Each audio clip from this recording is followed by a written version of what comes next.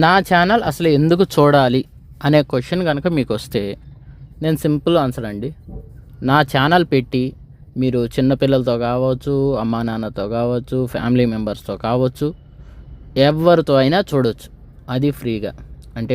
అంటే ఎక్కడ ఏ లాంగ్వేజ్ వస్తుందో, ఎక్కడ ఎవరిని కించపరుస్తారో, ఎక్కడ బ్యాడ్ వర్డ్స్ వాడుతుంటారో అని ఇలాంటి కాన్సెప్టు, ఇలాంటి ఆలోచనలు ఏమి లేకుండా చాలా ఫ్రీగా పిల్లలు నేర్చుకోవాల్సిన భాష ఉంటుంది, పిల్లలు తెలుసుకోవాల్సిన విషయాలే ఉంటాయి.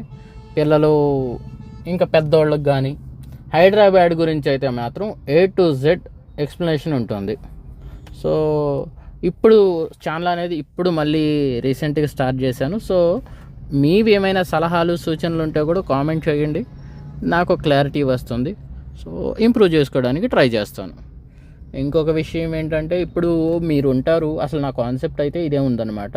ఇప్పుడు మీరు ఉంటారు, ఫర్ ఎగ్జాంపుల్ మీరు కూకట్పల్లిలో జాబ్ చేస్తున్నారు, మాదాపూర్ వైపు రోజు వెళ్తుంటారు, కానీ మీ పిల్లల్ని ఫ్యామిలీని రోజు అటు తీసుకెళ్ళలేకపోవచ్చు. సో అప్పుడు ఏం చేస్తారంటే, నా ఛానల్ స్టార్ట్ చేసేసి ఇదిగో ఇది కూకట్పల్లి నుండి మాదాపూర్ వెళ్ళే రూటు, సో ఈ రూట్లోనే నేను రోజు ట్రావెల్ చేస్తుంటాను.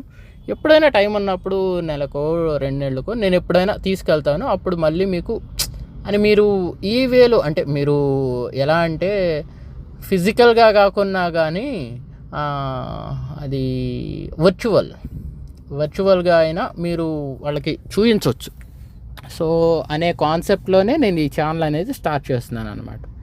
సో నాదైతే ఎప్పటికీ ఒకటే మాట అండి, నేను ఇదిగో ఈ ఛానల్ రన్ చేస్తున్నాను, నాకు ఇంత లాస్ ఉంది, లేకుంటే నేను ఇదిగో ఈ రకంగా వేరే వాళ్ళకి ఇస్తున్నాను, నాకు పేమెంట్లు చేయండి అనే మాట అయితే నా ఛానల్, ముఖ్యంగా ఈ ఛానల్ నుండి అలాంటి మాట ఇప్పటికి కాదు, ఎంతమంది సబ్స్క్రైబర్స్ అయినా, ఎంత వ్యూవర్షిప్ ఉన్నా ఈ మాట మాత్రం రాకుండా చూసుకోవాల్సిన బాధ్యత నా మీద ఉందని నేను నమ్ముతున్నాను.